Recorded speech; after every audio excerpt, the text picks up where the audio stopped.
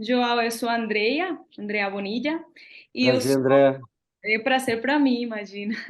Eu sou amiga do Éder e vou fazer, às vezes, de tradutora, Oh, quando a maravilha. gente, quando a gente precisa de alguma coisa. É isso. Perfeito. Perfeito, maravilha. Vamos embora. Prazer. Ok. Bueno, primero que todo, agradecerte, Joao, que hayas aceptado esta invitación. Eh, Realmente estoy muy emocionado. Oh, Sí, hace rato vengo siguiendo tu trabajo, porque además de todo se acerca mucho a mi proyecto de maestría. sim. Ah, que bom, que bom. João, Fico feliz. ele está entendendo todo, né? Você está Ah, compreendendo perfecto. todo. Isso, Por né? enquanto, Ah, sim. isso. Bien, entonces, claro, desde esa indagación sobre mi proyecto de maestría, que es la realización de un musical, una obra de teatro musical, a partir de un evento histórico que es el renacimiento de Harlem en Estados Unidos. Sim, Estoy escribiendo la obra y sim. estoy pues en toda la preparación para el proyecto final de graduación. Y pues he visto tu trabajo bueno, me ha parecido maravilloso. Creo Oh, digamos, hay obrigado. muchas cosas muy cercanas como la dramaturgia, eh, Que bom. digamos, esta búsqueda musical a la que me estoy acercando, la estética, las temáticas. Que Entonces, bom. de ahí la necesidad de este encuentro. Perfeito. Sim, deu para entender tudo, né?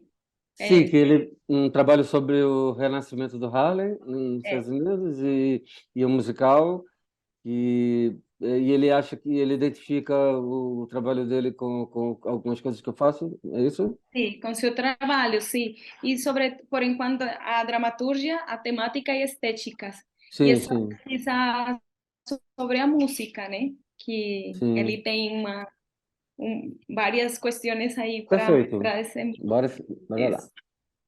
Ok, bueno, mi primera pregunta Sim, sería, digamos, quisiera saber cómo fueron tus inicios artísticos, también un poco sobre tu biografía, dónde naciste, en qué sim, espacio familiar creciste. sim. Então, eu nasci em uma família muito grande, com 13 filhos. Eu sou o penúltimo, o 12º. E no interior, meu pai era médico e cuidava das pessoas da usina de cana-de-açúcar que tinha em Pernambuco, nordeste do Brasil. Nordeste do Brasil é muito grande, né? Então, o Nordeste é quase que um país assim, em si. É, eu sempre tive minha ligação com música muito forte. O que me levou para o teatro foi, de certa maneira, a música. A primeira coisa que eu fiz fui chamado para fazer direção musical, para compor, para um espetáculo de dança até. E aí acabei participando também como integrante, como ator no espetáculo. E aí me apaixonei por teatro e acabei largando a arquitetura, que era o que eu fazia na faculdade. Aos poucos fui largando e quando eu vi, estava em teatro. Depois o teatro me levou para a televisão, para o cinema, para outras coisas. Mas o teatro é o lugar onde eu me sinto mesmo mais em casa mesmo, sim. E sobretudo o teatro com música, mesmo quando não considero essencialmente o gênero musical, a peça que eu faço, é musical de alguma maneira, porque eu escrevo sempre com alguma métrica, com alguma musicalidade, assim, e sempre a música está bem presente. E, Vou fazer, João, a e tradução, só um pouquinho aqui. pois não. Entonces, eso, para entonces, Joao nos dice que ellos son una familia grande, que son 13 hijos, él es el número 2, el penúltimo, y que ellos son de una región que es que como Brasil es tan grande, entonces que es muy, muy extensa, que es el nordeste brasilero. Y su padre trabajaba en haciendas donde trabajan con caña de azúcar, igual que acá nosotros en Cali. Y que él siempre estuvo muy unido a la música, que siempre fue como muy fuerte esa relación y que su primer acercamiento fue cuando lo invitan a hacer la dirección musical, a componer para un espectáculo de danza. Y entonces ahí fue invitado para hacer un papel como actor. Entonces se fue alejando porque hacía arquitectura. Entonces fue dejando la arquitectura para entrar pues en el teatro y eso lo lleva al cine y también a la televisión. Y que él considera, bueno, que siempre ha hecho teatro con música, sobre todo por cómo escribe, que siempre encuentra esa relación como entre la música y el teatro por la forma en que escribe y no como un género, no necesariamente como un género teatro musical, pero sí siempre tiene la música tejida, digamos, en meio de su forma de escrever. Perfeito. É do jeito que você acha que, do jeito de fazer roteiro, é isso que você acha? Eu acho que os diálogos, às vezes, são quase musicais, tem alguma métrica, alguma, tem uma musicalidade mesmo, um ritmo. São normalmente diálogos curtos e que eu escrevo, em vez de escrever no direto, assim, eu escrevo no verso, sabe? Assim, Ah, entendi. mesmo que não tenha rima, mas normalmente são períodos que, enfim, que no final das contas tem uma própria métrica, uma própria eh, musicalidade, os diálogos. Ajá. Ahí entendiste, o, te traduzco esa parte. Sí, un ¿Quieres? poco, porfa. Sí, listo. Entonces que lo que él encuentra es en los diálogos, ¿sí? Como Ujú. la forma métrica en que él escribe, ¿sí? Una musicalidad que siempre tienen un ritmo. Que los versos pueden ser mismos sin tener lo que nosotros llamamos rima, siempre tienen una métrica propia, ¿sí? Entonces que eso es lo que él identifica como lo musical dentro de su creación, dentro Sim, también de su propuesta teatral. Ok. mais ou menos isso.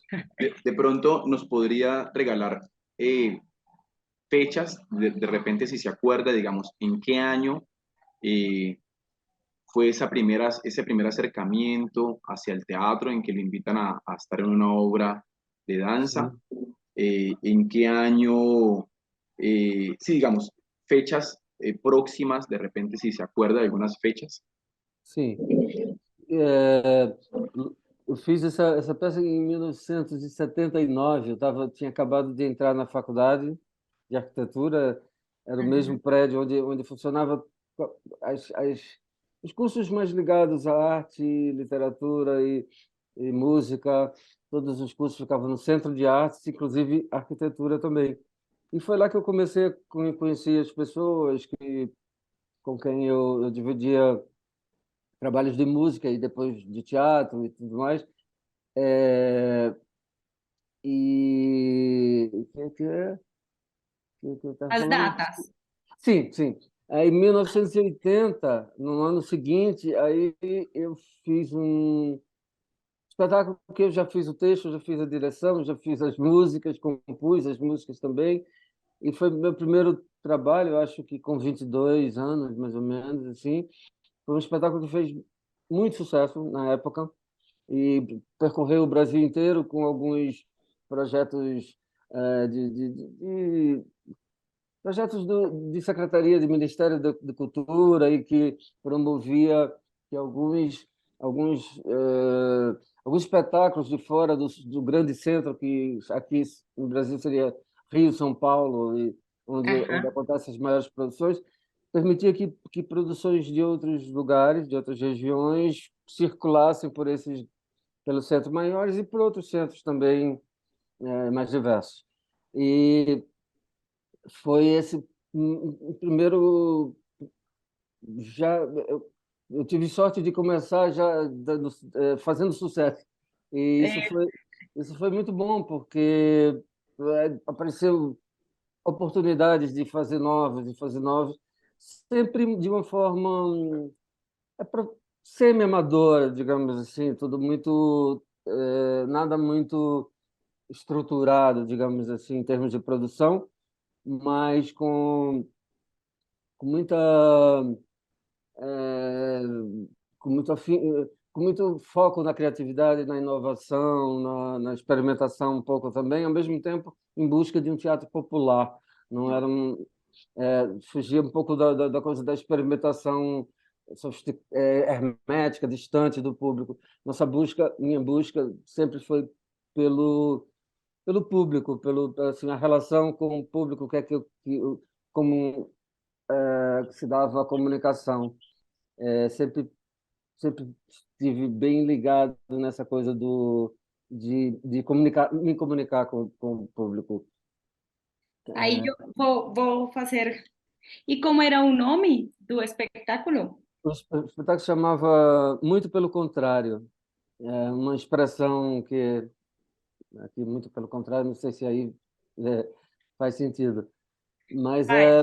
era um espetáculo sobre nossa região, de certa maneira era uma comédia, era uma comédia que falava de como a gente dessa região do Nordeste, que é uma região um pouco mais, talvez mais carente, digamos assim, em relação a outras regiões do país, como na nossa cultura, digamos, de raiz, assim, era vista era folclorizada pelos olhos de quem chega, de quem vê de fora. Então, era uma brincadeira com isso. Então, chegava a gente.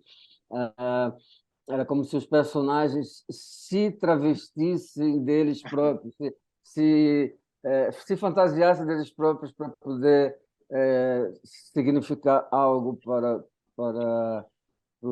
para a plateia mais culta, digamos assim, do país.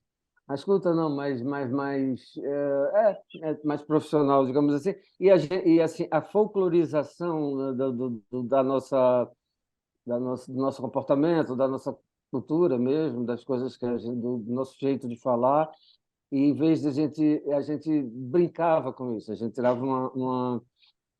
fazia uma auto-piada mesmo, a gente ria de nós próprios e principalmente das pessoas que possivelmente a gente enganava com essa coisa de se fantasiar de si próprio, assim, mais ou menos, não sei se ficou muito claro, mas Não, mas deu para entender, eu acho. Vou tentar. Entonces, en 1979, isso, que es 80. el mismo año 79 que você estaba estudiando arquitectura, ¿no? Ese año que Isso, você eu está eh, fiz a primeiro espetáculo de dança, fiz como um músico, como ator, e em 80 eu y fiz en los 70. a primeira peça mesmo, escrita por mim.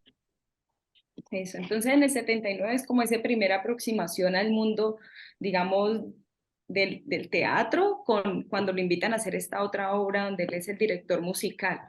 Pero en 1980 es donde él hace su primera obra, ¿sí? Donde él ya escribe el texto, la dirección, la música, y tenía más o menos 22 años, ¿sí? Y esta aproximación también se da porque él estaba estudiando arquitectura, pero estaba cerca música, literatura, conoce a personas como de todo este contexto, como nuestra facultad, que es una facultad integrada de artes. Y este espectáculo se llama Muy tope lo contrario, que es como una expresión que para nosotros sería, es que no se traduce como muy por el contrario, sino como vos estás pensando eso, pero es un engaño, es una expresión que da cuenta de, vos te estás imaginando esto, pero es todo lo contrario, ¿sí? Voy a pensar en español cómo sería, yo acho que a gente tem en Sim. español, más es que sí. Y eso le permitió hacer muchas cosas, ¿sí? Sobre todo porque había un interés, porque este trabajo le permitió como circular por otras partes de Brasil, no solamente por los lugares céntricos como Río y Sao Paulo, sino que le permite como dislocarse y había una búsqueda, una pregunta por el relacionamiento con el público, ¿sí? Que no hay ese interés de que sean lejanos, sino por el contrario, un teatro popular. Entonces, en eso, eh, aunque no había, digamos, mucha estructura de producción, como se conoce ahora, pues sí hay un foco en la creatividad. Hizo bastante énfasis en eso. Y siempre en la búsqueda de la relación con el público, por eso que querían comunicar. Después está entonces la obra, muy por lo contrario, que es una comedia sobre su región, sobre sí mismos, sobre el Nordeste, porque el Nordeste tiene esa visión de que es una región más carente, como nosotros, ¿cierto? Entonces hay burla, no somos iguales, no somos un Nordeste da Colombia, ¿eh? Entonces, es la misma cosa. Entonces digamos, una mirada sobre cómo la gente de afuera nos ve, les veía, ¿sí? Entonces hay una burla por los acentos, por las formas de expresión, entonces se transforman los mismos personajes para hacer juegos o burlas, piadas son como burlas, sobre sí mismos, ¿no? Y poder entonces como uno tiene que entrar a eso para poder significarle algo al centro, ¿no? A essa relação de poder, né? Com a gourmetização, né? Do arte da gente que tem que entrar para entrar nessa. Entonces, como uno tiene que, digamos, refinarse o hacer ciertas cosas para poder ser tenido en cuenta y tener valor, digamos, dentro de las regiones. Entonces, era como una obra que tensionaba, pone en tensión eso, y ese lugar de la folclorización, ¿no? Entonces creo que ese es como como la clave, ¿no? Cómo entonces tensiona eso, que es el imaginario que tienen los otros sobre nosotros, ¿no? Sobre sí mismos. Eh, Perfeito. es que si algo más, perfecto. Listo, muy bien. Dando aquí ese portuñol. Muito bom. Bien. Quisiera saber un poco, maestro, sobre quiénes fueron sus maestros, ¿sí? Directores É, en teatro, actores, dramaturgos, músicos. sim. Eu vi. Chegava menos teatro profissional outra vez a região Nordeste influencia de certa maneira porque nem tudo chegava lá, só com espetáculos de grande sucesso, com alguma e dois grupos, digamos, dois espetáculos me arrebataram assim, me tiraram do estado só da contemplação e me motivaram, que foi um diretor chamado Antunes Filho, de São Paulo, um diretor que o espetáculo que eu vi dele se chamava Macunaíma, que é a adaptação de um clássico do modernismo brasileiro, assim, da literatura modernista, e que ele fez uma adaptação fantástica, que é célebre, até hoje se fala e ficou, rodou o mundo inteiro, e chegou lá, né, em Recife, eu vi aquela coisa, me impressionou muito, que era um teatro muito livre, um teatro em cima muito mais do ator do que de cenografias, de coisas, de aparatos outros, mas em cima da atuação, muito do grupo. O grupo era muito bom, era um elenco muito grande. Me impressionou muito. E um outro grupo do Rio de Janeiro que chamava-se Asdrubal Trouxe o Trombone, que era... Asdrúbal trouxe o trombone? É, chamava-se Asdrubal Trouxe o Trombone, o grupo, que foi um grupo muito importante aqui nos anos 80, 70, 80, é, era uma comédia contemporânea, comédia de costumes sobre jovens e comportamento do jovem do urbano, assim, era muito bem resolvido também, era muito engraçado, duas coisas bem diferentes, era nesse sentido de temática e de estética, era, digamos, irresponsável, no bom sentido, assim, não era formal, não era contrário do Macunaíma, por exemplo, que era uma coisa muito elaborada, cenicamente e tudo mais. O Asdrubal trouxe trombone, era um teatro muito quase um hipernaturalismo, se é que isso pode existir, assim, pegava as coisas realmente que estavam na rua, o que as pessoas estavam falando e que as pessoas estavam pensando naquelas épocas de ditadura aqui do Brasil, anos 70, 80. Vivíamos um estado de exceção aqui e, e era um teatro muito irreverente nesse sentido. Então, eu era universitário na época e me encantou também muitíssimo, porque era uma geração um pouco acima da minha, assim, mas que me apontou hum, muitas coisas. Isso do teatro brasileiro. E eu é, e comecei a ler os clássicos que eu tive acesso.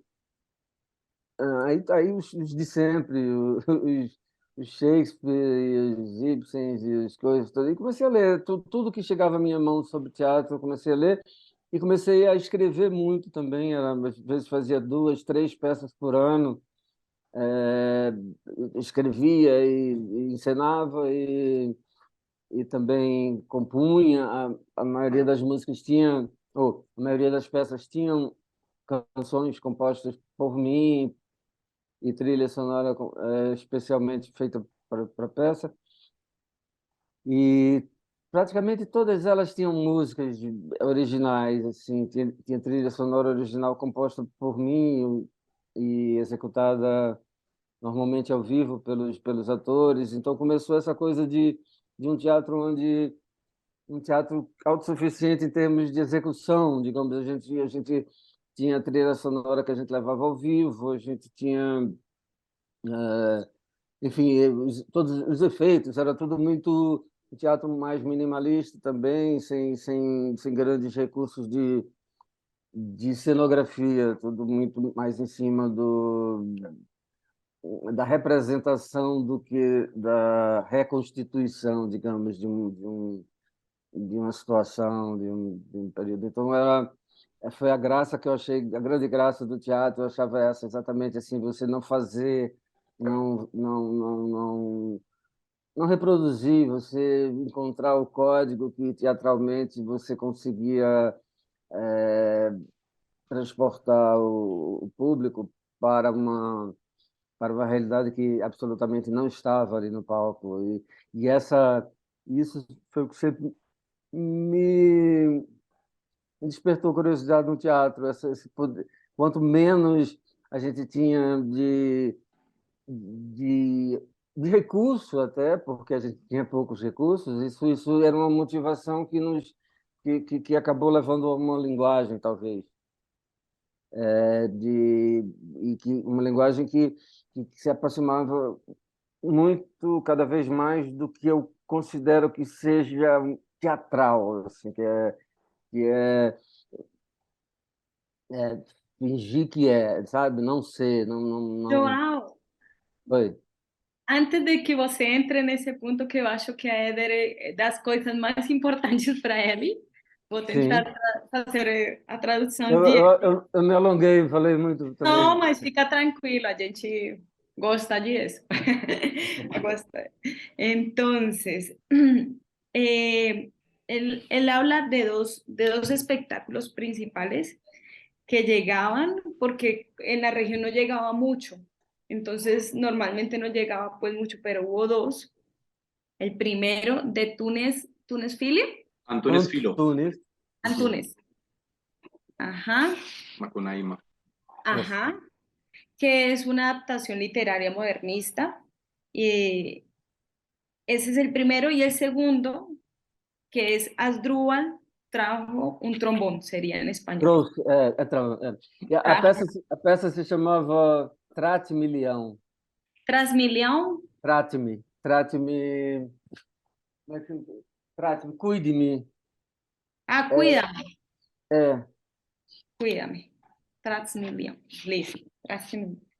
Y esas dos piezas, aunque eran muy distintas, en su concepción lo que hicieron es que él pudiera como tener una apertura en lo que era la concepción del teatro, ¿sí? ¿Por qué? Porque, por ejemplo, este segundo era una comedia contemporánea, era muy graciosa.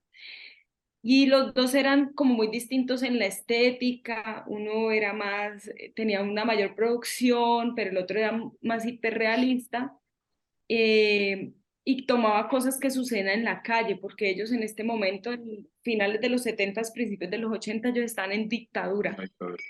Entonces están atravesando una dictadura. Entonces era un teatro que era irreverente, esta segunda referencia. Y eso hace que se abran como muchas cosas para él, ¿sí? Como que abre esas posibilidades, esas puertas. Y lo otro es que empezó a leer todos los clásicos, ¿sí? Entonces Shakespeare, todo lo del teatro, y empezó también a escribir. Entonces hacía de 2 a 3 piezas por año y enseñaba. La mayoría de las piezas entonces tenía música que era hecha por él, música original, compuesta por él, pero que además era interpretada por los y las actrices. Entonces eso hizo que fuera un teatro autosuficiente, porque entonces tenían siempre, o sea, ese recurso y era minimalista, ¿sí? Pero siempre esa composición estaba ahí. Entonces él dice que sin grandes recursos de pronto económicos, escenográficos, eso genera una forma de encontrar un código, de poder producir, ¿sí? Eso lo que genera es que ellos vayan detrás de otras cosas. Entonces, ese era encontrar ese código que permite al público, que el público se transforme a una, se transborde, vaya a una realidad que no existe. Y entonces esa búsqueda de ese código, pues se da por eso, por ese menor recurso, entonces motiva un lenguaje que trata de aproximarse, ¿no? Entonces yo lo paré ahí, eu falei para você para parar, porque eu achava que esse aí é o centro. Isso. Entonces, fica à vontade. Sim. Então, e eu acho que foi. A gente não tinha especialmente uma companhia, mas Uhum. tinha um grupo de pessoas que trabalhavam recorrentemente trabalhavam juntas, é, dependendo do tamanho de elenco, mas assim pessoas também de de instrumentistas e, sobretudo, além de atores, é, e começamos a desenvolver um jeito de interpretar também. Normalmente, a televisão no Brasil foi uma coisa muito forte, muito que realmente atingia muito a massa, a cultura de massa. Assim, a televisão ela foi algo que produziu muito a dramaturgia, digamos assim, brasileira. A TV, mais do que em qualquer outro lugar que eu imagine no mundo. Assim, no Brasil, a televisão ela reinou muito tempo e ainda, de certa maneira, continua. Então, os astros de televisão, de novela, de telenovelas e coisas assim, eles eram um atrativo muito forte para as pessoas irem ao teatro. Então, assim, e a TV se produzia nos grandes centros, Rio, São Paulo. Então, o nosso teatro era um teatro feito por pessoas desconhecidas, digamos assim, conhecidas do grande público. Então, a gente estava sempre trazendo, ao mesmo tempo que a gente não tinha o atrativo do nome famoso, a gente tinha uma coisa da novidade, quem são essas pessoas que interpretam dessa maneira e de uma maneira tão própria e tão forte, porque a gente tentava se superar. Né? É sempre essa história da cultura Popular. popular, principalmente fora dos grandes centros no Brasil, é uma história de superação. Então, essa necessidade de superar os obstáculos que a gente tinha acabou que nos emprestou, ou nos cedeu um estilo, um jeito de fazer as coisas, não só em termos de estrutura de produção, como esteticamente também. E, e a gente conseguia reunir pessoas muito interessantes, fora do conceito normal do ator formado academicamente, ou então formado pela televisão, que é uma outra grande escola no Brasil de representação. Então, o teatro da gente sempre se diferenciava nesse sentido da novidade, de trazer uma linguagem nova e, sobretudo, pessoas com um tipo de atuação bastante própria. Eu acho que foi o que nos... Quando eu falo nós, esse grupo todo, que não era um grupo, mas assim, que eu encontrei, que fomos nos encontrando ao longo da vida, né? Eu trabalhei não só em Recife, mas na Bahia, no Rio de Janeiro, eventualmente, mas assim, mais, mais no Nordeste. Depois, no final do século passado, é que eu me mudei para o Rio de Janeiro e fiquei um bom tempo lá. Mas a parte onde eu experimentei muito o teatro, que foi minha escola mesmo, assim, foi fazendo, né? A minha escola, eu não tive escola de teatro, a minha escola foi no dia a dia fazendo mesmo. E isso foi em Recife, Pernambuco, nessa região que eu te falo, que é assim, né? Já falamos. Pufa, certo. Entonces, eh, como algo importante es que ellos no tenían una compañía, sino más bien como un colectivo de personas, un grupo de personas que trabajaban y se unían dependiendo de lo que necesitaban, ¿sí? Como del número de personas que necesitaban. Pero además de tener actores, tenían músicos. O sea, su equipo tenía como esa característica. Y eso hizo que desarrollaran una forma de interpretación, ¿sí? De cómo ponerse en escena. Porque entonces Joao nos cuenta que en la televisión brasilera, pues tiene una influencia muy grande en, en la representación, en cómo debe ser, ¿cierto? Entonces que eso produce mucho la dramaturgia brasilera. O sea, marcó por mucho tiempo la televisión cómo debería ser ese espacio. Entonces la televisión como atraía gente, entonces fue llevando a algunas personas como hacia el teatro. Pero entonces lo que pasaba era que el teatro era de gente desconocida, pues no tan famosa. Pero ellos lograron entonces tener como ir creando estas otras formas que se separaban de lo que era la televisión, pero después fueron uniendo entonces nombres. Ah, bueno, no, perdón, antes de llegar a esto. Entonces está la cultura popular. Entonces siempre hay esto de la cultura popular. Entonces el teatro estaba envuelto en la cultura popular y pues la televisión en las culturas de masas. Entonces hay como esa disputa, vamos a decir. Entonces, como el teatro era desconocido, pues no tenía el mismo atractivo, digamos. Entonces hay esa necesidad de superar, ¿no? De superarse. Y esa superación desarrolla una forma, hace que ellos desarrollen una forma, como que los hace característicos, no solo en la producción, ¿sí? En cómo producían, sino también en la estética y en unir gente que era muy interesante, que tenía características como muy distintas y muy diversas, muy interesantes para lo actoral.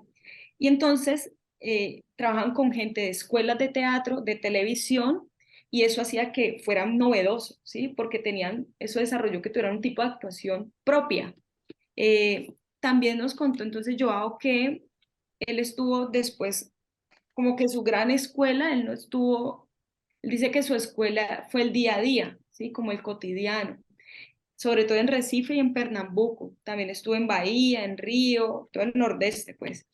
Y al final del siglo pasado, pues se muda a Río.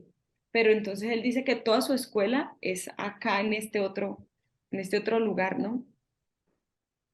Listo. Quería preguntarle, maestro, sobre el nombre de agrupaciones. Sí, qué agrupaciones, digamos, pese a que en este primer momento no estaba en algunas agrupaciones o la reunión de las personas no adquirió un nombre como tal, posteriormente, ¿en qué agrupaciones estuvo participando y cuál era su rol en esas agrupaciones? Sim, como eu falei, a gente não tinha especificamente um grupo, uma companhia com um nome. Ah, a gente era quase que assim, a cada vez era uma investida, uma investida diferente. Era um grupo que se juntava, coincidia de ter pessoas em comum, de uma montagem para outra, mas não nada fixo, nada que se alimentasse, assim, se alimentasse consequentemente, uma peça depois da outra. Era tudo muito livre, assim, era muito solto. É, isso, isso, assim, também era a gente. Às vezes a gente fazia peça com 15 pessoas no elenco, em palco, às vezes com duas pessoas. Às vezes a gente fazia um espetáculo que era para fazer à tarde para crianças, às vezes a gente fazia um espetáculo que era à meia-noite na boate, sei lá, na underground. A gente circulava por qualquer por qualquer palco, digamos assim.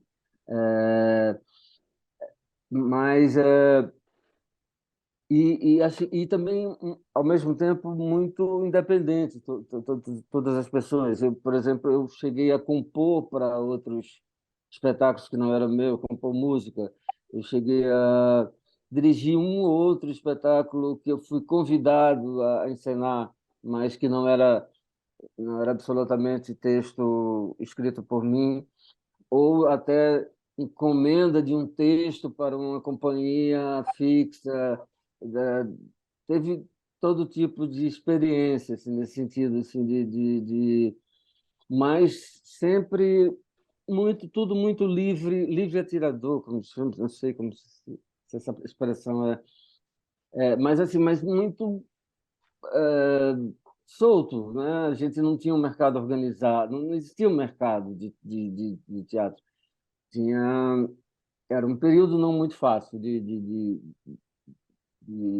mas fazíamos exatamente por isso. Talvez a gente fazia coisas bem originais, bem interessantes na época. Eu me lembro que a gente conseguia surpreender, conseguia, digamos, escandalizar um pouco assim algumas, ou sair do normal. Aí isso foi muito divertido.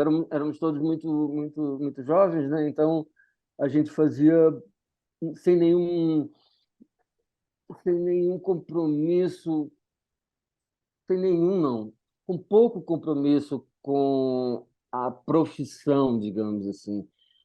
A gente poucos conseguiam viver economicamente, financeiramente, do seu trabalho de teatro. Normalmente as pessoas tinham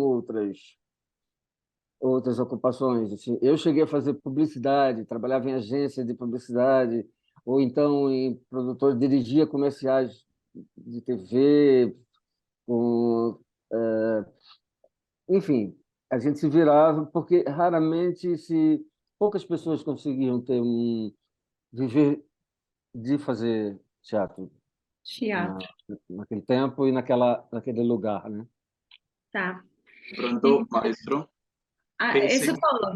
sí, sí, sí, Ah, tá. pese a que no había, bueno, dos preguntas en una. Pese de pronto a que no había un grupo como tal, de pronto usted se acuerda de algún grupo en el que participó, ya sea como dramaturgo, como director o como músico. Y la segunda sería, digamos que la reunión de las personas era muy espontánea, pero eso era porque había se me ocurre, como una forma política o un postulado político personal en relación, por ejemplo, a la constitución de grupos de teatro como pasa en el teatro occidental, o era, digamos, no había este discurso político instaurado, era algo muy espontáneo en todo sentido. Passa. Pouco, mais ou menos. Tá. Então, ele está fazendo duas perguntas em uma. A primeira, que ele fala que você não tinha um grupo como tal, mas se você se lembra de alguma companhia onde você trabalhou como criador de música, como roteirista, se tem algum nome para só para botar pois aí essa informação, né? E a segunda coisa é que ele pergunta que como vocês eram tão livres nessa constituição dos grupos, né? Então, que se isso tinha que ver com alguma coisa política, sabe? Se isso tinha que ver ou se tem algum, como no Ocidente, né? Como em algumas companhias ocidentais que Sim, aconteceu isso, né? Que é um postulado, né? Então, se sim. existe ou se não. Sim, eu tinha grupos bem constituídos na época. Não, quando eu falo muito da minha experiência pessoal e de algumas pessoas que circulavam junto comigo, mas tinha alguns grupos, inclusive, que a gente admirava muito, né? Tinha um grupo chamado, que eu cheguei a trabalhar para eles algumas vezes, ou junto, ou chegava perto, que chamava Vivencial Diversión, e depois virou um espaço meio cabaré chamado Vivencial Diversiones, até com essa corruptela pro-castelhano, diversiones, seria diversões em Sim, português, né? Vivencial Diversiones era um grupo também muito de vanguarda. Eles também escandalizavam bastante. Eles eram muito. Nos anos 70 e início dos 80, eles tinham um trabalho com travestis, com, eh, com diversidade sexual, sobretudo, assim, que era muito adiantado, assim, muito à frente, de certa maneira. E calhou de que eu casei com uma das estrelas dessa companhia. Então, a gente fez muitos trabalhos, não com a companhia exatamente, mas com a Susana, que era a estrela, a vedete, uma das vedetes da companhia então, fizemos muitos trabalhos juntos. E ela tinha uma companhia dela também, que se chamava Scanny Produções, que produziu algumas das coisas que eu fiz. Mas talvez o nome mais importante dessa época, como grupo, digamos assim, fosse esse vivencial. Tem até um filme brasileiro até bem, bem destacado, que se chama Tatuagem. É um filme que se passa. É como se passasse nesse cabaré, nesse lugar onde tinha essas, essas pessoas, e a gente se vê um pouco como personagem desse filme, às vezes. Mas era. Mas eu acho que a minha experiência não era. Acho que isso não tinha a ver com essa coisa de eu ser solto, livre, não tem a ver com coisa política. Acho que tem muito mais a ver com a minha história de ser um. Eu tinha acabado de chegar na capital também. Eu sou do interior, então Recife é o lugar onde eu fiz faculdade e fiz teatro. Era para mim também era um. Eu era um pouco estrangeiro também, também no Nordeste. Então assim, eu acho que era mais a ver com minha trajetória, com minha de não ter uma turma, de não ter uma coisa assim, do que eu até sentia falta, até queria ter. Não era uma escolha assim, e nem era também uma, uma intenção política articulada, sabe, assim, para que as pessoas não se juntem. Não, existiam várias companhias, existia o Teatro de Amadores de Pernambuco, que era uma outra companhia muito importante, mas de um teatro que fazia um teatro muito tradicional, embora fizesse um teatro que mereça muito respeito pelo por utilizar, por produzir de forma muito bem organizada um teatro escrito pelas pessoas de lá. Tem grandes dramaturgos que, que são de lá de Pernambuco, como Ariano Suassuna, um grande dramaturgo de lá do Nordeste, que foi montado por essa companhia. Um outro teatrólogo também chamado Luiz Marinho, que fazia um teatro tradicional também, mas que era muito bem representado. Era talvez o grupo, a companhia de teatro mais estruturada, que tinha um teatro próprio e chamava Teatro de Amadores de Pernambuco. Obviamente, eu participei por ali de alguma forma, em um espetáculo ou outro, mas nunca foi o meu grupo, nem parece muito com o meu estilo, o meu jeito de fazer, mas sempre foi algo que eu respeitei muito pela forma como eles tratavam o teatro, chamava Teatro de Amadores de Pernambuco, mas talvez fosse a companhia mais profissional que a gente tivesse lá. Isso eu estou lembrando assim das companhias da época, embora não seja muito a minha história, mas por onde eu circulei, com quem eu convivi, e era tudo muito diverso. Desde o Vivencial, que era um teatro de, enfim, muito anarquista e muito reverente, até o Teatro de Amadores de Pernambuco, que era a coisa mais, digamos, convencional, ortodoxa que podia existir. Tá. Ahí, ¿quieres que te traduzca o Sí, por favor. ya está entendiendo ese portugués? Entonces, bueno, dice que eh,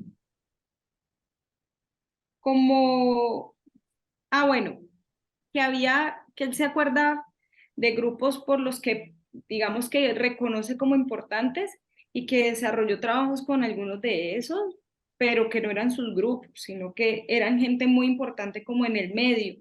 Entonces había un grupo que él admira mucho que se llama Vivencial, que es un grupo que después se convierte como en un espacio de cabaret y después se llama Vivencial Diversiones.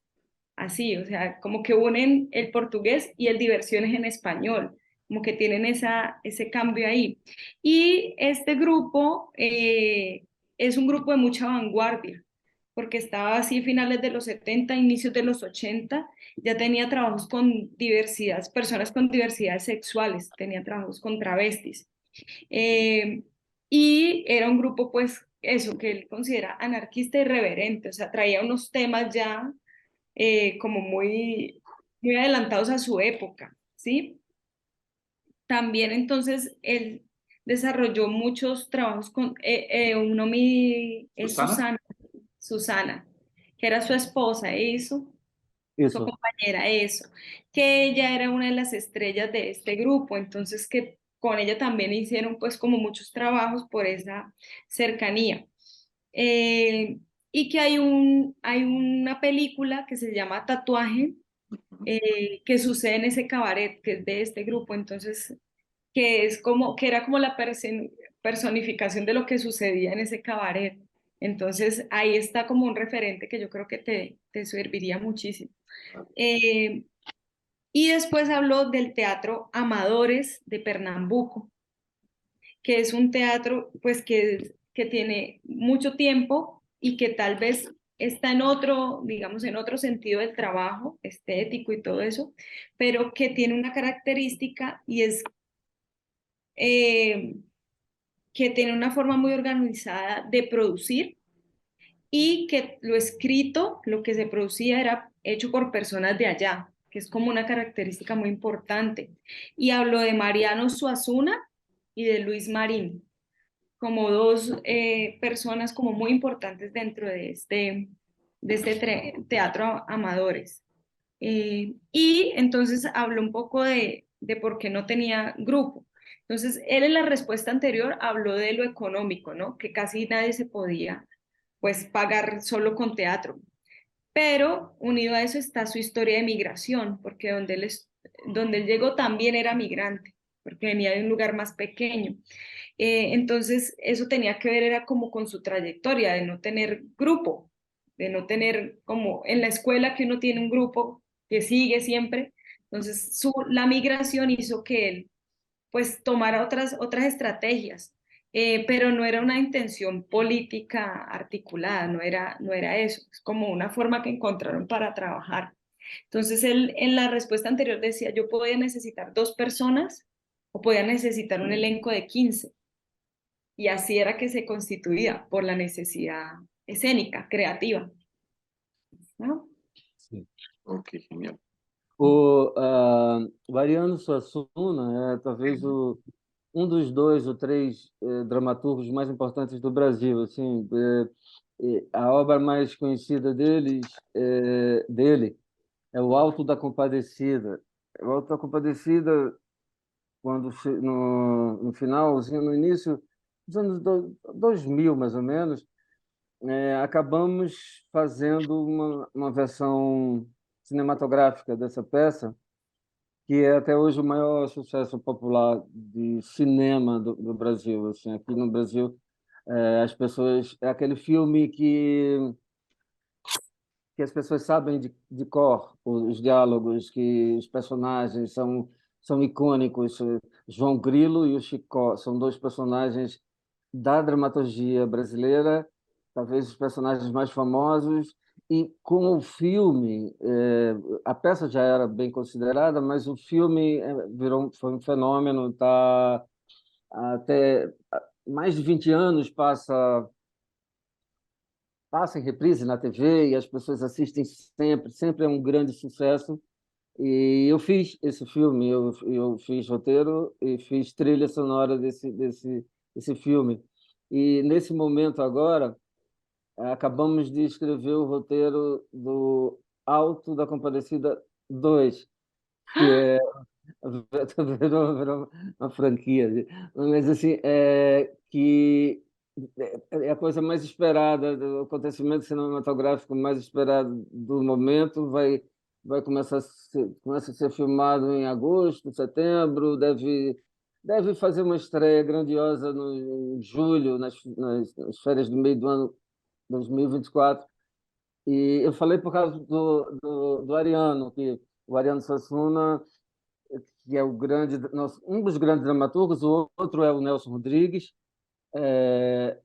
e aí era um desses autores feitos pelo Teatro de Amadores de Pernambuco, desses autores locais lá, e que virou uma coisa, e que, por acaso ou não, eu fiz parte dessa equipe que criou o filme, e está criando a versão 2 também, que está sendo esperada com muita, enfim, expectativa. Imagina, qué honra. Entonces, lo que como que nos amplía es Ariano, ¿no? Yo dije Mariano, es Ariano, Ariano. Ariano, Ariano. ah, Ajá, Ariano. Eh, Ariano. que Ariano, pues es uno de los mayores dramaturgos brasileros, como de los más importantes del país, sobre todo se hizo famoso por una película que se llama O Auto da Compadecida, ¿sí? Y esta es una película que todo el mundo en Brasil conoce. Todo el mundo conoce los diálogos, conoce los personajes, y que la pasan cada tanto tiempo y la gente se la repite en televisión.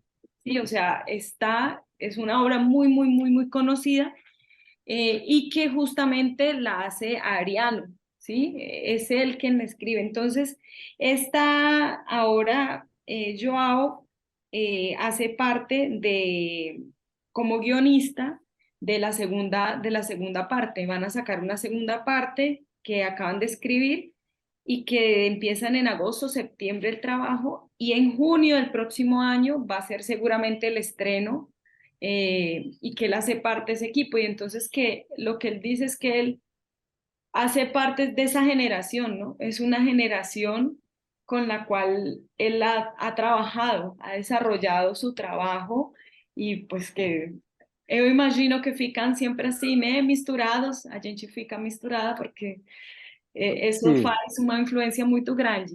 Entonces, como se sí, unen y eso hace pues que los trabajos se influencien. sí, essa coisa talvez eu seja um exemplo um pouco raro assim de fazer muito teatro, muito televisão. Eu fiz em determinado momento da minha vida, no final dos anos 90, eu recebi um convite para fazer TV e fiz muito televisão, muito, muito, muito, muito.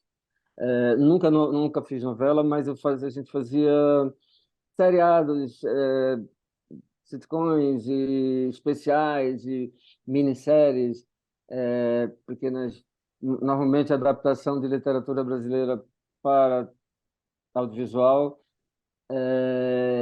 e isso abriu mais ainda a minha relação com a música, porque eu sempre fazia trilha sonora e sempre os filmes eram muito musicais também, assim, de alguma maneira musical. É, Fiz a trilha sonora do Alto da Compadecida 1 e Ah, fiz também a trilha sonora de um filme, a trilha sonora, talvez a trilha sonora mais conhecida, que virou hit, que as pessoas compravam o disco e, é, e foi preparado de sucesso, assim, acho que foi chamado Lisbela e o Prisioneiro, que era baseado também numa peça de teatro. Eu não fiz o roteiro desse filme, mas eu fiz também a trilha sonora. Aí, nesse caso, foi uma trilha sonora de canções. Então, assim, eram canções que já existiam. O filme era um pouco de época, assim, se passava nos anos 50, 60, mais ou menos, e usava músicas de uma época, só que com releituras contemporâneas, com grandes artistas, grandes estrelas da música brasileira, Caetano Veloso, Elza Soares, é, é, o Sepultura, que é heavy metal, e alguns artistas bem importantes, e a trilha sonora também foi um acontecimento muito musical importante da época, e eu digo isso para falar da minha ligação com a música que eu levei também para o meu trabalho na TV. Fiz alguns filmes de longa-metragem, assim, fiz alguns longa-metragens, mas o trabalho na televisão conta mais, assim, porque eu fiz mais, só fiz 2 longa-metragens e fiz infinitas séries para televisão. Súper. ¿traduzco o entendiste? No, yo entendí, ese sí lo entendí. É que Ajá. Solo quisiera la traducción de la obra, O Auto da Compadecida, que Ya te cómo lo mando traduciría. aquí, ya Ajá. te lo pongo. Te lo voy a poner en portugués. Oi? Não, Desculpa. eu vou fazer essa tradução, vou escrever o auto, Auto é como se fosse um julgamento, o auto, os autos, o que está nos autos do Como julgamento. O auto autosacramental, como el teatro é autosacramental. uma espécie de júri mesmo, um auto vamos julgar, vamos fazer um julgamento, Ok. julgamento, talvez. Ujú. como, sim. Aí te lo puse. Mas Sí, você também fez o roteiro de essa, né? Sim, Você. sim, Ah, tá, entendi. os dois. bien. Aí te lo puse. Listo, perfecto. Eh, ¿Cuál o cuáles considera usted que han sido sus espectáculos determinantes como director? Ah, acho que esse primeiro, né? Esse muito pelo contrário mas é um espetáculo que está longe, né? Foi o primeiro que eu fiz. Mas assim, teve alguns espetáculos que fez, tiveram uma importância além do sucesso. A Máquina foi um espetáculo que eu acho que teve uma grande repercussão até hoje. sim, tem.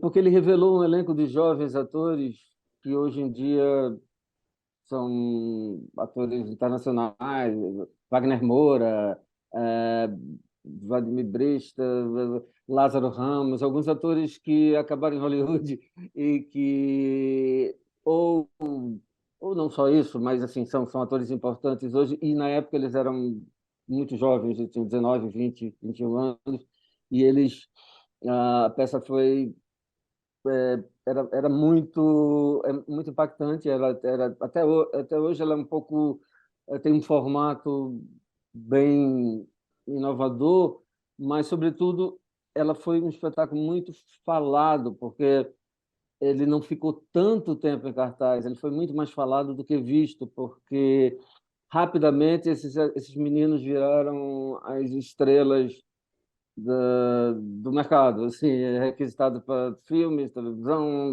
não só no Brasil como no exterior.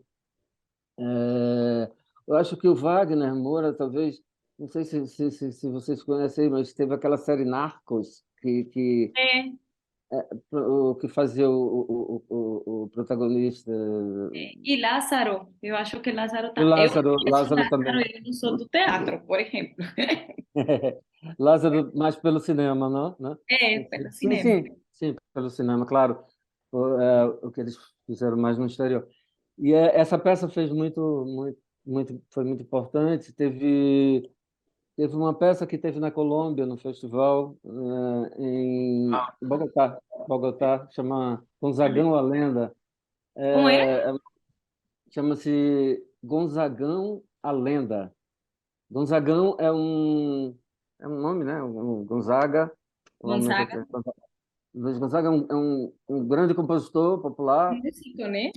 músico brasileiro, e que a gente, morto já, a gente contava a história dele em forma de lenda e tal, e era um musical também, obviamente com músicas do próprio Luiz, e, e a gente apresentou esse espetáculo em Bogotá em alguns 10 anos atrás, mais ou menos. 2014. 14 foi? Olha, Eu estivemos tenho aí. música de ele aqui em Cali. Você tem o quê? Eu tenho música de ele aqui em casa. Do Luiz Ah, eu Gonzaga? adoro. Eu adoro também. Agora eu mostro, quando a gente termina, eu mostro. Eu fiz Amo. o Gabriela, eu fiz outro musical também, chama-se Gabriela, que é do Jorge Amado, um escritor também Gabriela, conhecido. Klaus y Canela. Gabriela, aham, ok? Gabriela, para nós, Gabriela. Gabriela, Klaus y Canela, pode ser? Casa Canela, essa. É, Fizemos isso em 2016, a gente montou esse espetáculo aqui em São Paulo. A gente fez um outro espetáculo. Eu fiz um espetáculo com Chico Buarque e Edu Lobo, não sei se eles são conhecidos também. Chama-se espetáculo musical também, obviamente, chamado Cambaio. Isso em 1900 isso em 2002, talvez 2001, 2002, por aí. É, fiz um outro espetáculo do Chico, esse não em parceria comigo, dele, chamado A Ópera do Malandro. Eu ensinei. uau. Que La mais? adaptación de Bertolt Brecht. Aí? La adaptación de la ópera de los tres centavos de Bertolt Brecht. Isso, exatamente, exatamente. Um projeto que eu gosto muito de me orgulho, tenho um carinho especial, chamado Clandestinos. Aconteceu que em 2008, mais ou menos, um teatro tradicional ia fechar e faltava poucos meses para me entregaram esse teatro. Olha, tem mais alguns 6, 7, 8 meses ainda de sobrevida. Esse Teatro Glória, Teatro Glória. E eu fiz um projeto assim muito às pressas, que era assim, quem quer fazer uma oficina com o João, não sei o quê, Falcão, lá de tanto a tanto, no Rio de Janeiro, e eu tive medo de que tivesse um excesso de inscrição, assim, já 300 pessoas, mas só tiveram 3.000 pessoas inscritas. E era impossível do Brasil todo, assim. a gente conseguiu selecionar 400 para ouvir. Entrevistei 400 pessoas de todos os lugares. Assim, tinha gente até fora do Brasil que veio para fazer essa audição, e aí a gente selecionou alguns, fez mais aí fez uma oficina de 3 meses, fez mais uma seleção e eu escrevi um espetáculo para 14 pessoas que ficaram no final. E eram pessoas que nunca tinham feito nada de teatro, assim, nunca tinham feito teatro profissional, muito menos TV, cinema e tal. E fizemos a peça como se fosse uma peça, um resultado de final de oficina, final de curso, aquela peça que se faz final de curso, mas eu escrevi especialmente para cada um, depois que eu já conhecia cada um, os talentos, e eu escrevi uma história que colocava todos. Era um espetáculo sobre artistas que estavam no Rio de Janeiro querendo viver de sua arte, não sei o quê. Era a própria história deles, de certa maneira, só que, particularmente, para cada um personagem, ou mais de um, enfim. E esse espetáculo acabou que ficou muitos anos em cartaz e viajou o Brasil inteiro, e acabou virando uma série de TV também, para a TV Globo, Ah, que, que aí também se chamava Clandestino, com os mesmos atores, e eles estrearam na televisão fazendo próprios personagens deles, né? Criados para eles e com envolvendo muito da história de cada um também. Era um pouco biográfico, assim. Claro, tem muita licença poética, mas alguns personagens eram quase fiéis à história deles. Então, aí foi muito interessante por isso, porque hoje já tem uns 12, 13 anos, mais ou menos, e hoje todos esses 12, 14 pessoas do elenco são atores que estão muito bem no mercado, circulam, fazem filmes, séries e teatro e tudo mais, e que nasceu dessa irresponsabilidade de botar um anúncio, quem quiser venha, quem quiser e vieram. E aí e resultou nisso. Também um musical, tem músicas originais, tudo mais, mas não era como um gênero musical. Tinha meia dúzia de músicas, talvez, escritas para músicas sobre isso mesmo, sobre quem quer comprar meu samba. Até tem uma música que era assim, era meio as pessoas meio se colocando na vitrine. Quem quer comprar meu samba, no sentido de meu samba, meu flow, sei lá. ajá. Los espectáculos determinantes. Uno, el primero, que es muy lo contrario, pues por ser el primero. El segundo, a máquina, que más allá de hacer, digamos, un gran suceso, es porque los actores y las actrices que hicieron parte de ese, de esta obra eran muy jóvenes para la época y se convirtieron en actores y actrices muy importantes muy rápidamente. Entonces, Joao dice que tenía un formato muy innovador y que fue un espectáculo que fue muy nombrado, como que todo el mundo hablaba mucho de él, pero que fue poco visto, porque como se volvieron tan famosos tan rápido, entonces volverlo a hacer era complicado. Eh, Gonzaga Alenda, que es el que tú dices, que se presentó acá y que se presentó acá en Colombia, que es sobre Luis Gonzaga, que es un músico muy famoso. El otro que es en 2016, Gabriela Claus y Canela, que es de Jorge Amado, que es una novela. Cambayo, eh, Camayo. Cambayo en el 2002 también. Eh, a Ópera du Malandro, que es esa adaptación de la ópera de los tres centavos de Bertolt Brecht, que es con Chico Buarque y Clandestinos, que es en el 2008 y que él cuenta la convocatoria. Él hizo una convocatoria que decía, quien quiera venir, venga, sería para nosotros en español, ¿sí? Como la puso y era porque era un teatro que iban a cerrar. Entonces tenía muy poco tiempo. Entonces, para hacer un proyecto, se escribe un proyecto para, como para eso. Y pues llegaron 3.000 personas. Llegaron 3.000 personas, se inscribieron, se seleccionaron 400. Él hizo más o menos esas entrevistas e hicieron talleres, oficinas durante 3 meses. Y después de esos 3 meses salieron 14 personas. ¿Sí? Y estas 14 personas, digamos, no habían hecho ni televisión ni teatro profesional necesariamente, entonces eso fue como una de como de las cosas que hacen potentes esta propuesta.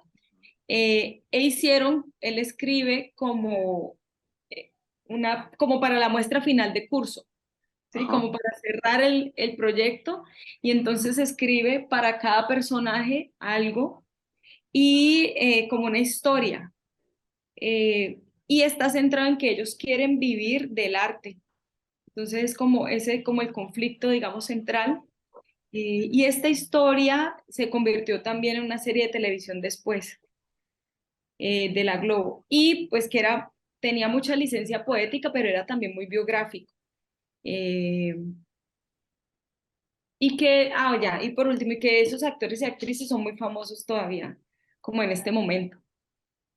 E, bom, e queria destacar talvez o mais recente, foi antes da pandemia, Ajá. e eu estava na Bahia, eu fui na Bahia fazer um espetáculo musical, era uma adaptação do Sonho de uma Noite de Verão, do Shakespeare, só que se chamava Sonho de uma Noite de Verão na Bahia. Bahia, saca a Bahia? Bahia, Carnaval, Axé, Axé Music. Axé Music é uma música contagiante do Carnaval da Bahia, que tem subgêneros, enfim, é algo que é baiano, mas é brasileiro, todo mundo conhece e tal.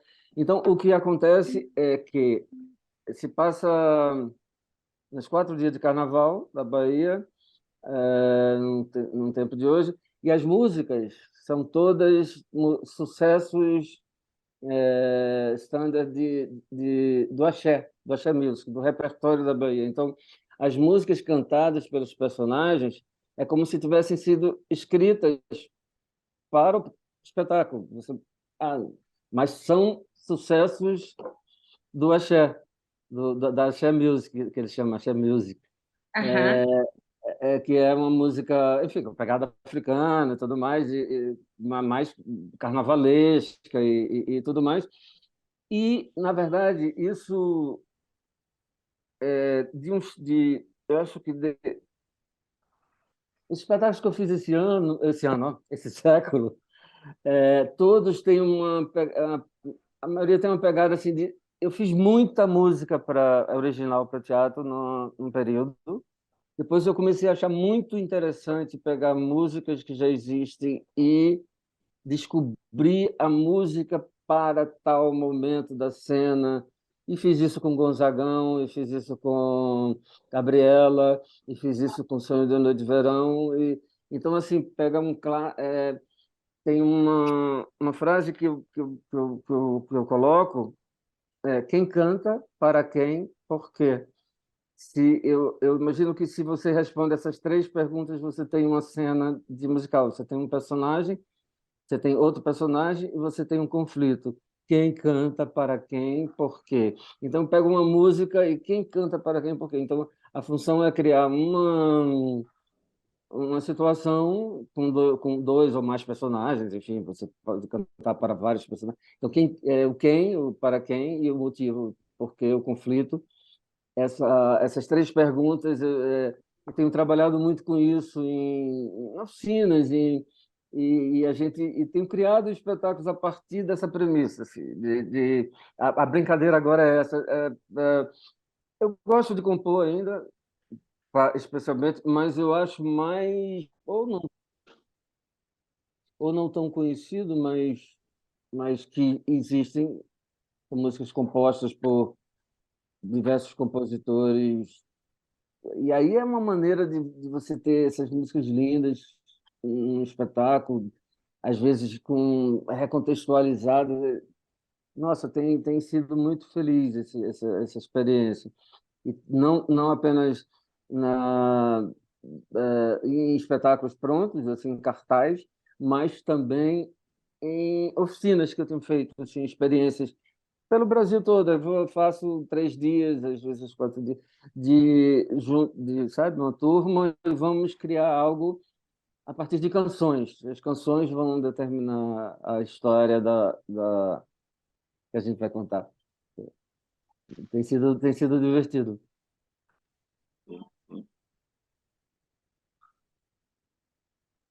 Andrés, ¿estás por ahí? Estoy presente, compañero. De pronto un fragmentico de lo anterior, antes de que se cortara. Entonces, es eso. Entonces, hablaba una otra obra que es Sueño de una noche de verano en Bahía, que es la adaptación de una obra de Shakespeare.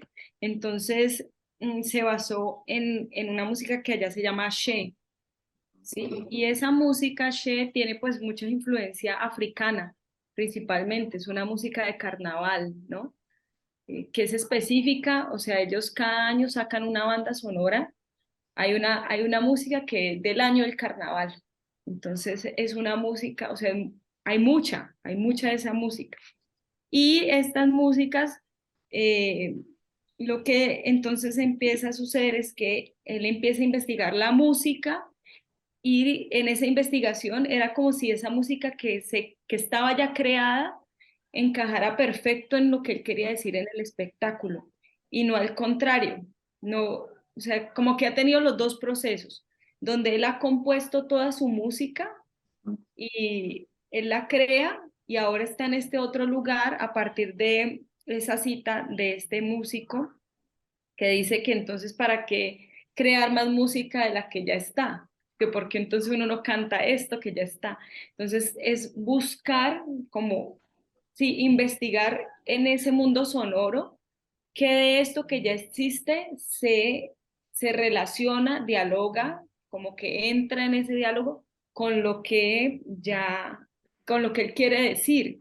Entonces dice eh, que entonces tiene tres preguntas. ¿Quién cuenta? ¿Para qué? ¿Y por qué? Y esas tres preguntas pues le dejan crear obras a partir de esas tres preguntas, porque es el conflicto, el personaje y la situación, ¿no? O sea, resuelve, a partir de ahí hay un juego creativo y de ahí se saca la premisa creativa.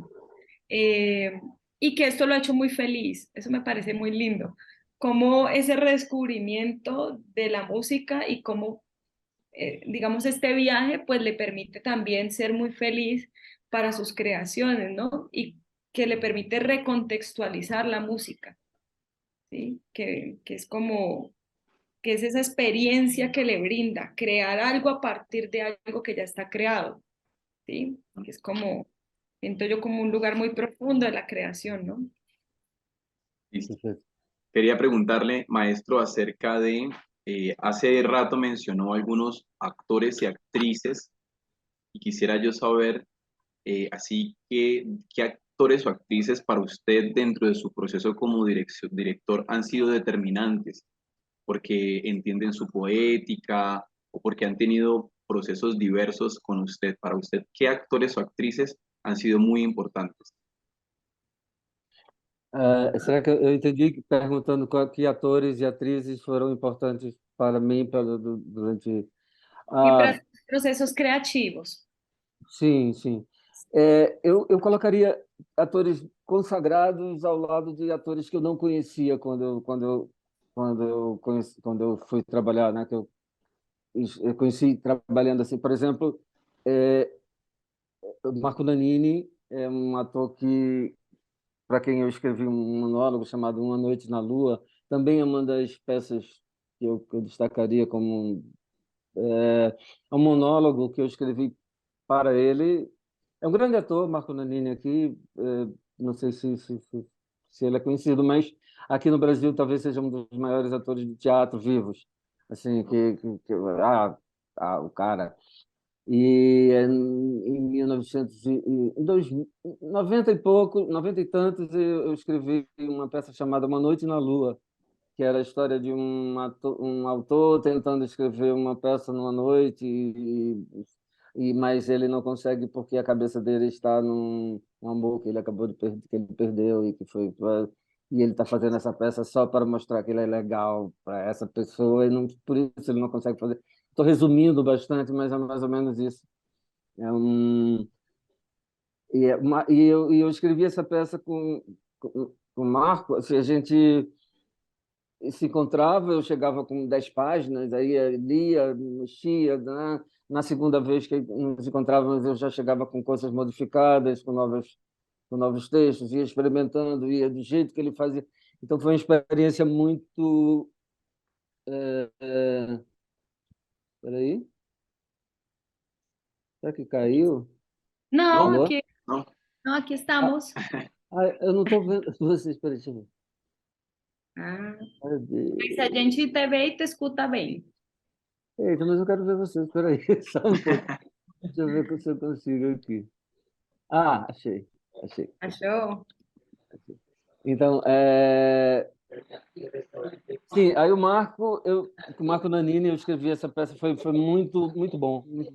E ele é um grande ator, eu fiz muitas outras coisas com ele também. Além dessa peça que eu fiz especialmente para ele, escrevi pensando nele, mas eu fiz outras peças, fiz o Molière, era Burguês Ridículo, era uma mistura do Burguês Fidalgo com Preciosas Ridículas, com outras peças do Molière.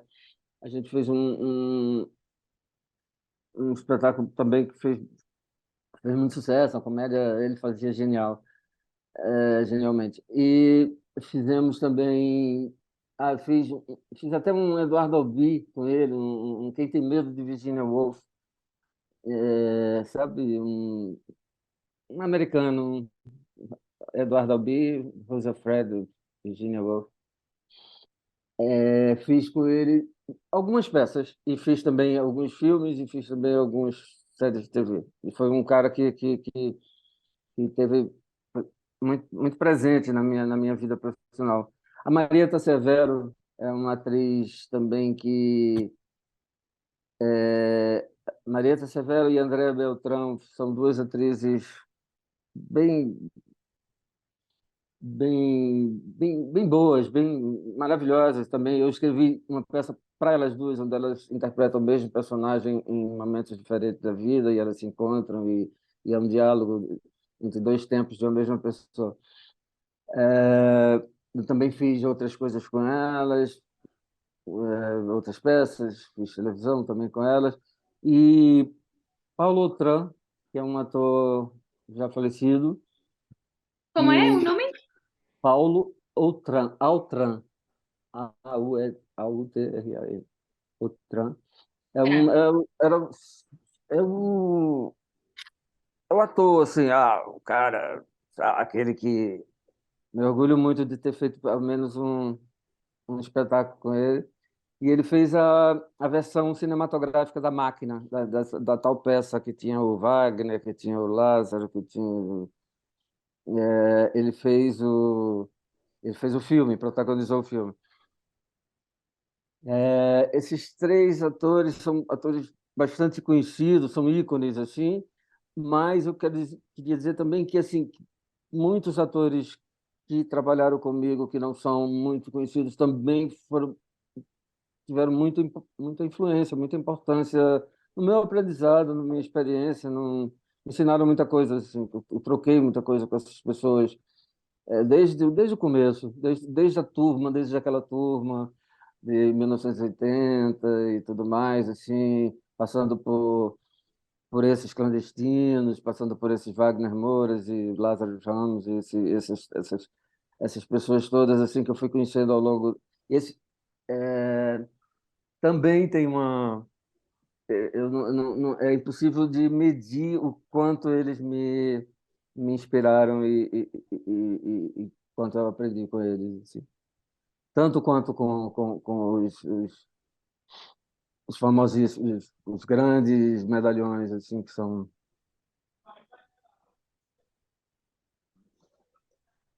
Eder, tú me dices. ¿Sí? No, solo preguntarle, bueno, reafirmar los nombres de los actores: Marco Nanini, eh, Ajá. Marieta, Marieta Marieta Severo, Severo, ajá, y Andrea Beltrán. André Beltrão e Paulo Ajá. Outram é o... Y Paulo Autrán, te lo voy a copiar. Ah, listo, listo.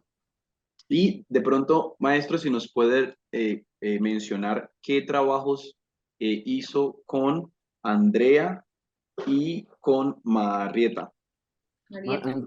André e Marieta foi, chama-se, eu fiz com elas, quer dizer, o trabalho de teatro que eu fiz com elas foi com as duas juntas, A Dona da História. A Dona da História era um espetáculo que elas interpretavam uma mesma personagem em épocas bem distintas da vida, uma garota e um futuro dessa pessoa, enfim, elas contracenam, elas discutem, elas prestam contas, elas se cobram, esse foi adaptado para o cinema também, não por mim, um outro diretor fez, tem versão em filme também. Essa com ela, com o Marco Nanini. Fiz outra peça com a Marieta, que foi a Quem Tem Medo de Virginia Woolf, que junto com o Nanini, Marco Nanini também estava nessa peça também. Fiz outras peças com o Marco Nanini. Nanini eu fiz mais. Trabalhei no Molière, Burguês Ridículo. Eu citei mais alguém. O Paulo Tran fez o filme, o filme A Máquina, foi já no final da vida dele. Foi Tá. grande. Con Eduardo, con Eduardo que você faz el de Virginia Woolf, con él. Eduardo B. é o autor americano. Ah, entendi, entendi. Não, eu fiz com o Nanini, fiz com a Marieta. E o Nanini acabou de lançar uma biografia agora. Uma jornalista escreveu uma biografia para ele, muito bonita, chamada O Avesso do Bordado. Tem um capítulo que é praticamente essa nossa experiência Uma Noite na Lua, que é essa peça que eu escrevi para ele, sabe, assim, de Sí. frente para ele, assim, trocando. ¿Cómo es el nombre, André? De De la... la pieza, Ajá. Una noche en la luna. En español sería Una noche en la luna. Isso. Y aquí te estoy mandando Marieta Severo, se escribe así. Marieta Severo e Andréa Beltrão, a dona da história. Es- Andréa, não, y não, sería, Andréa Beltrão, B-E-L. voy a copiar. Ah, não, é porque tinha. Desculpa, eu estava lendo o seu nome, Andréa No es Bonilha. Bonilla. Desculpa. No, Ah, achei que estava escrito Andréa enfim, sabe o que é isso? Ok. así habla la historia. Quisiera Y preguntarle, maestro, acerca de eh, ¿cuál cree usted que es su poética como director? ¿Sí? ¿Qué elementos más importantes a nivel estético, estilístico, podrían describir su poética como director? Eu acho que o teatro é do ator, da atriz, eu acho que isso não é meu, não é do autor, não é do encenador, não é.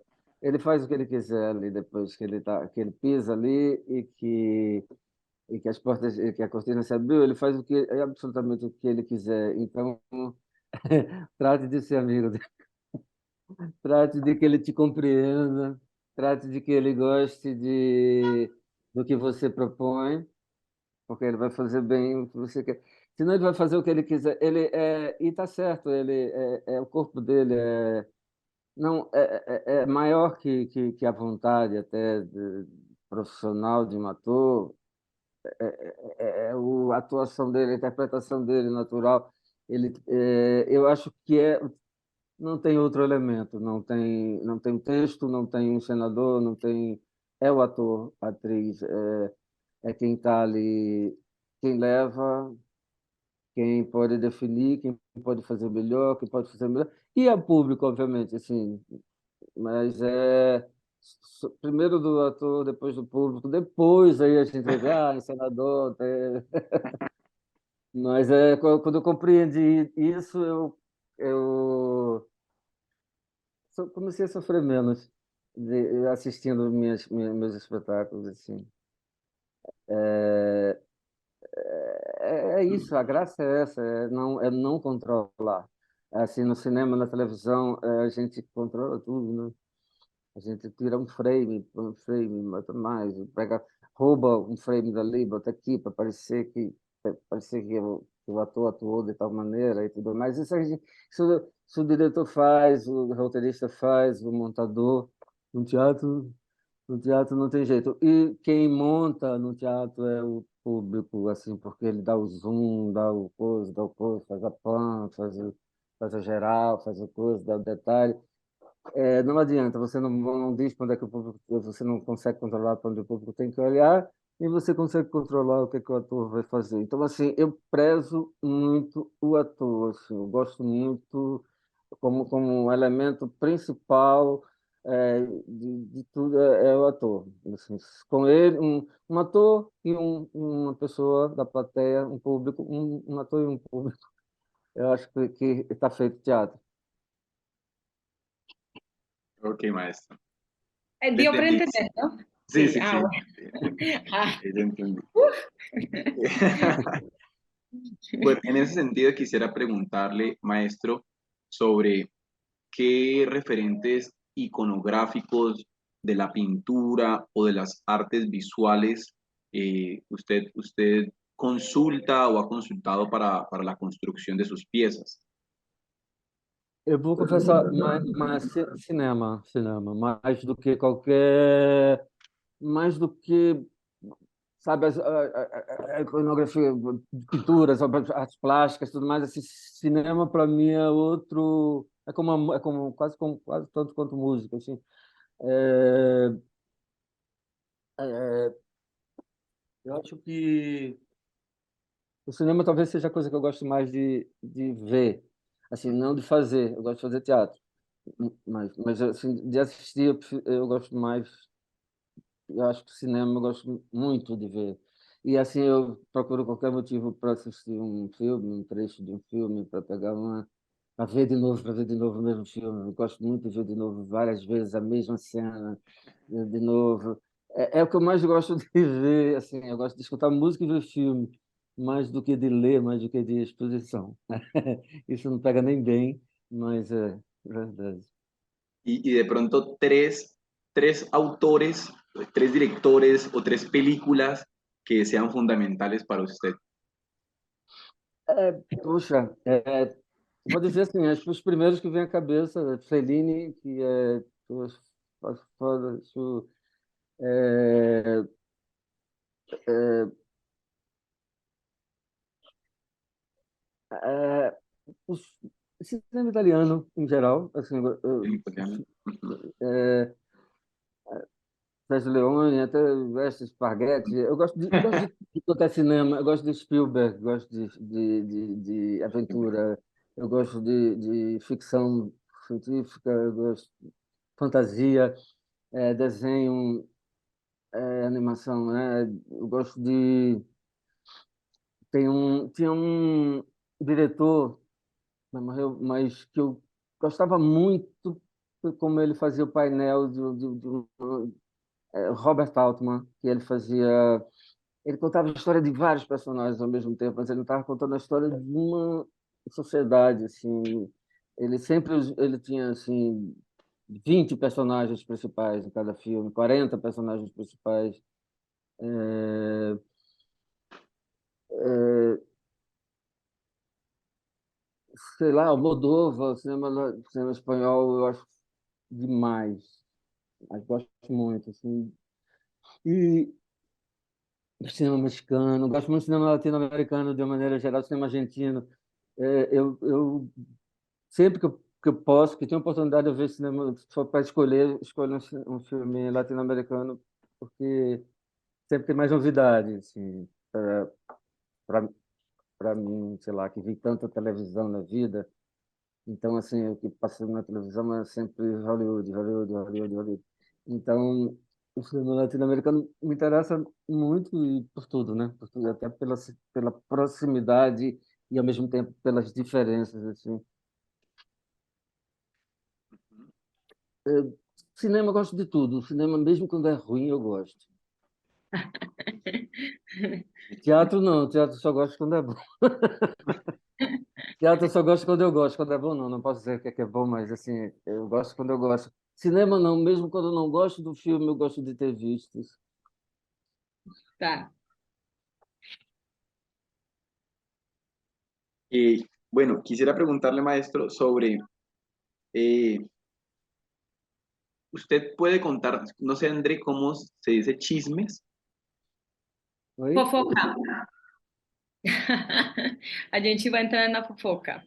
Falei, tudo bem. Vamos, bora, simbora.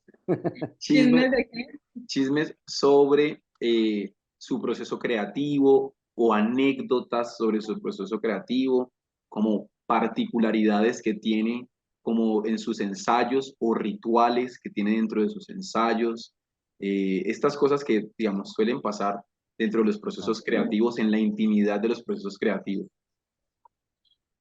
Tem uma coisa que eu lembrei agora, você falou isso, é que eu nunca tive uma peça na gaveta. Assim, eu nunca escrevi uma peça para um dia fazer.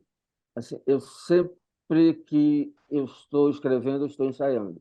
Assim, eu só começo a escrever quando eu começo a ensaiar. Assim, talvez isso seja uma curiosidade.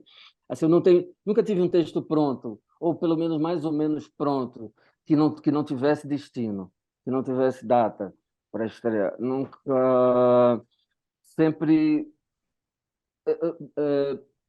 Outra coisa parecida com isso também, que eu acho que combina com isso, muito quando tem um elenco grande, vou fazer um musical, eu nunca tenho o ator para o personagem, o ator para o personagem. Eu tenho um elenco, junto ao elenco, e todo mundo acaba no processo ensaiando todos os personagens, e os personagens vão sendo escritos de novo, porque aquele ator trouxe ali. Né? Eu me dou um pouco esse luxo assim, de não ter um, um compromisso com. De ter um compromisso muito mais com o processo, como é que vamos chegar ao melhor resultado do que, te chamei para fazer esse personagem. Claro que não é tão assim, mas assim, de uma maneira geral, principalmente em é, é, peças com elencos grandes, é quase exatamente assim. É quase assim. Às vezes tem um ator que eu já sei qual é, o outro também, e o ator também sabe, mas às vezes intui que vai fazer tal personagem, mas nem sempre.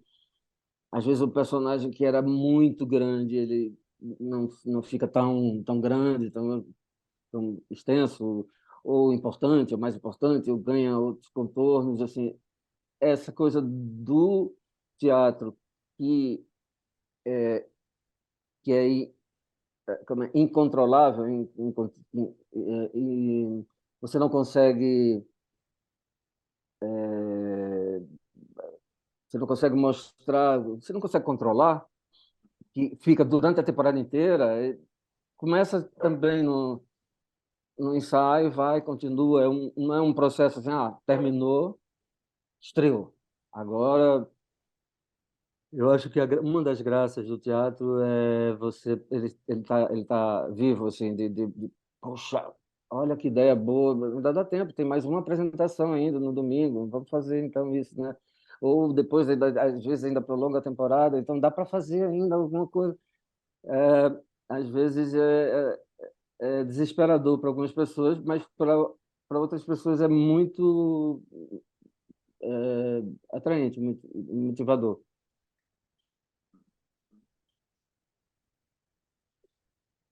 Bueno, quisiera preguntarle, maestro, sobre eh, cómo fue, he visto que en, la ópera de los tres centavos, ¿cómo es la traducción, André? La, Ópera, la o- ópera de los tres centavos es es eh, ópera do malandro. Ah, Balada do Malandro, o ópera. ópera, La ópera perdón. do malandro. Y, vi que estaba actuando en su versión eh, un cantante, digamos, un cantante que yo sigo hace tiempo, sí, que es fundador de Casuarina, que es Moisés. Moisés Marques. Ajá. Entonces, quería preguntarle cómo fue ese trabajo con Moisés Márquez. Moisés Marques, ele não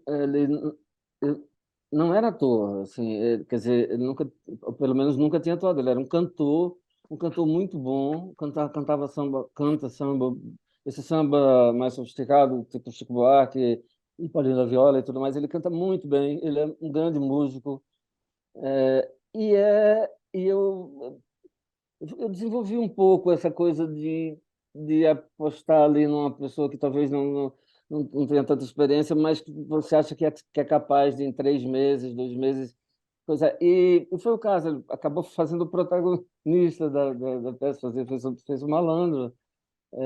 Foi muito bom, foi muito bom. Acho que foi bom para ele também. Foi difícil, foi complicado, é outro mundo. Acho que foi o mais difícil não foi nem o ofício em si, mas a forma que ele trabalha na música e que a gente trabalha no teatro, as importâncias que a gente dá a determinado tipo de rituais, e rituais não, mas de procedimentos, chegar, orar, isso aqui, essa coisa de dia a dia, de funcionamento, do que o ofício em si. Eu acho que ele sempre ele estava preparado sempre. Assim. Talvez a maior dificuldade tenha sido ele já era bastante experiente no musical, no mercado musical e talvez tenha sido difícil um pouco para ele se adequar a toda uma galera de teatro. Era uma companhia já, além de tudo. Já era uma companhia que tinha feito o Gonzagão, a lenda. E ele tinha alguns convidados, e inclusive ele. Então, ele era o único. Ele era. Nessa peça também tinha uma cantora que também fazia o João Alegre, que era a Larissa Luz. Hoje em dia ela é atriz, cantora, bem, mas ela estreou também na Ópera do Malandro, fazendo um personagem grande também. Ok. Mas o Moisés era isso. O Moisés é um gênio. Ele canta muito bem, é um grande profissional. E foi divertido, foi divertido. Foi bacana. Bacán. Y bueno, hay un par de últimas preguntas. Quisiera también preguntar, maestro, ¿cómo fue ese proceso de creación con Chico Buarque y con Edu Lobo? Uhum. ¿Cómo fue ese proceso de creación de ese musical? Foi. Era Chico Buarque, para mim, referência primeira, assim. Chico Buarque é para mim mais que qualquer escritor, mais que qualquer literatura. Eu me informei muito mais pelas músicas do Chico, do Caetano, do Gil, dessas pessoas, muito mais pela música popular e, sobretudo, Chico Buarque, do que por qualquer por qualquer literatura convencional. Assim, é fato. Assim, eu sei de cor toda a obra do Chico Buarque, sempre soube, antes dele me convidar para escrever a peça. Na verdade, foi um convite dele, do Edu, ele me convidou e convidou a Adriana também, que na época nós éramos casados, a Adriana Falcão, que é roteirista, escritora, dramaturga, e escrevemos juntos essa peça. Na verdade, o mais curioso e o mais legal de tudo era você criar situações que iam gerar uma música de Chico Buarque e do Lobo. Sabe, assim, isso para mim me emocionava muito. Assim, saber que eu ia inventar um negócio, uma situação que proporcionaria uma canção nova, inédita do Chico Buarque. Para mim era a grande adrenalina, era essa. Era porque ele já tinha feito música sobre tudo, tudo, tudo, tudo, todas as situações. Eu digo, como é que eu vou inventar mais alguma situação? Então tem essa dificuldade a mais, mas tinha esse gostinho quando a música ficava pronta também, que era bom. Maravilloso. Y bueno, una última pregunta, maestro. Quería preguntarle, usted, ¿cómo ve que está ahora el teatro brasilero? ¿Sí? ¿Qué estéticas predominan o qué formas predominan en el teatro brasilero de este momento? É, o teatro brasileiro, sabe, assim, é muito diverso, é muito diverso. A gente tem uma transformação, né? Não sei o que não sei o que acontece, mas eu acho por exemplo, muitos teatros são ocupados com stand-up comedy. Assim, aqui tem muito isso agora. Tem uma coisa que isso eu acho que talvez seja uma das coisas que mais faça sucesso de público hoje em dia é um comediante contando histórias. O, acho que a dramaturgia, autores nacionais são cada vez mais escassos, são poucos, porque assim, a maioria das pessoas, quando eu comecei, a gente começava quando fazia teatro, e alguém ia parar na televisão, alguém ia parar no coisa, mas tinha os autores de teatro que escreviam para teatro, ou pelo menos partiam de escrever para teatro para depois talvez fazer outra coisa. Hoje em dia, o mercado audiovisual e a falta de conexão do teatro com o público, assim, tem provocado um certo desinteresse que não vale muito a pena. Você vê muito poucos jovens inventando de ser dramaturgo para teatro, escrever para teatro. Você vê uma pessoa que escreve, que tem vontade de escrever, ela vai direto para o roteiro de série, ou de filme, ou de televisão, do audiovisual. Isso a gente perdeu muito aqui no Brasil. A gente tinha, há uns 20 anos atrás, uma efervescência de aparecer novos grupos às vezes grupos de dramaturgos que tinham mais ou menos uma linguagem, às vezes outros, às vezes saía, sei lá, eu sou desse fenômeno, era arquiteto e fazia arquitetura e virei uma pessoa de teatro, então tinha isso. Fora isso, a gente tem um fenômeno aqui no Brasil que é montar a franquia de espetáculos de Broadway também. Isso também ocupa muito do nosso mercado, nossos espaços e nossas energias, nossos recursos, digamos assim, que teríamos para fazer um teatro original. Isso para mim é talvez a maior dificuldade de todas, porque sempre chegam todos muito, muito bem subvencionados, tudo muito bem, como é que chama? A coisa do poder econômico mesmo, já está tudo testado, você já sabe se deu certo médio, deu certo muito, deu certo pouco, deu certo tanto, tanto por cento, você já sabe que aquela peça já foi testada em Los Angeles, em London, lá, em tanto. Então é isso, você vai ter isso, a programação visual é essa, o figurino é esse, então assim a gente não exercita dramaturgia, a gente não exercita encenação, a gente não exercita criação de figurino, a gente não exercita criação de cenografia. Tudo bem, a gente proporciona no mercado um treinamento para os atores que vão cantar daquele jeito que se canta os musicais, as músicas americanas, e eu, como apaixonado pela música brasileira e pela música latina em geral, assim, mas sobretudo que eu conheço mais a música brasileira, eu sinto falta por isso que eu peguei um pouquinho essa corda musical, assim, porque é um lugar que ali que eu acho que a gente podia fazer muito bem, sabe? que a gente tem uma música muito boa. Eu acho, assim, que de qualquer maneira, ou com músicas compostas, com músicas, essa música, essa coisa das músicas já compostas é mais uma forma de viabilizar, pá, fez, sabe? Assim, não tem a partitura, vamos escrever, é só para agilizar, mas não é nenhuma escolha estética e tudo mais. Assim. Então, eu acho isso, acho eu destacaria esses três fenômenos que não são, infelizmente, não são coisas que eu destacaria com alegria, sabe?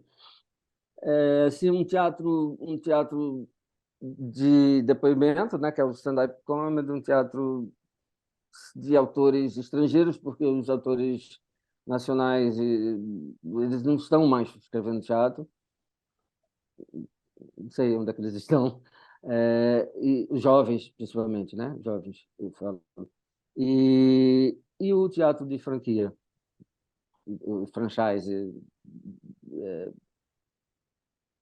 Mas, assim, eu acho que sempre. Eu acho que a gente, nesse sentido, eu acho que a gente está no fundo do poço. Então, é por isso que eu espero que tenha um impulso e que a gente faça coisas é, mais que quebre mais paradigmas, sabe? Que não aposte tanto no que já foi testado. Quando eu falo isso, eu falo claro, da Broadway, mas eu falo também de como conceito, como pensamento. O teatro, às vezes, eu acho que ele já poderia estar mais na frente. Assim, às vezes, eu pensava assim, quando voltar da pandemia, quando o teatro voltar da pandemia, ninguém vai sair de casa mais para ver essas peças que a gente sai de casa hoje para ver, sabe? Assim, para ver.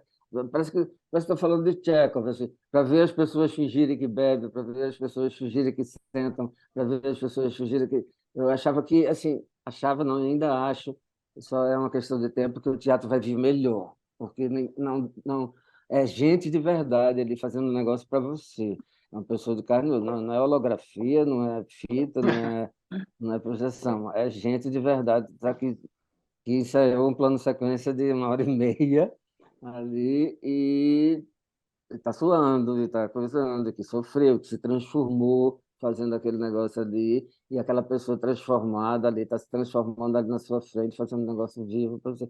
Então, isso não tem preço. Eu acho que a gente vai chegar um momento que a gente vai encontrar a- a- o nosso jeito de fazer teatro agora, hoje, sabe? Listo. Bueno, maestro, quería realmente agradecerle, de verdad. Es muy, muy importante para mí este encuentro, este contacto. Si usted me lo permite, yo seguiré escribiéndole para consultarle muchas cosas acerca de mi trabajo en relación pues a este trabajo de teatro musical. Y de Ah, verdad, agradezco muchísimo. Pues también me interesa mucho poder construir lazos y vínculos aquí en Colombia, en Cali. Nosotros estamos en la ciudad de Cali, estamos uhum. gestando muchos espacios y me gustaría en algún momento poder traerle aquí Ah, con alguno de sus trabajos o bueno, a hacer un taller o conversatorios, pero generar ese vínculo para poder contactarnos desde una proximidad más cercana, por supuesto. oh, maravilha. Foi um prazer, Andréa, também Prazer conhecê-los. para mim. E, Eu sou da e- dança, né? Eu sou da que dança, bom, que bom. Comecei por aí. dançarina. É, e eu sou próxima ao Brasil pela capoeira Angola, eu sou capoeirista, né? Então, é por isso Que que eu fico beleza. apaixonada, né? Então, Que beleza. é um prazer, porque com esse convite que Eder me faz para fazer tradução, né? Então, eu acho que é uma janela a mais, né? Que como criadora, como artista também para mim fica assim toda, eu não estou sozinha aqui, né? Com essas coisas. Eu fiquei pensando várias coisas aqui, mas eu que agradeço pela oportunidade, né? Oh, pô, que bom, então. Então tá, eu estou aqui à disposição, qualquer coisa. Eu também tenho interesse em a gente continuar conversando aí. É meu assunto. É, Tá bom. tá. Un Valeu. gran abrazo. Um grande abraço. Bom final de semana para vocês.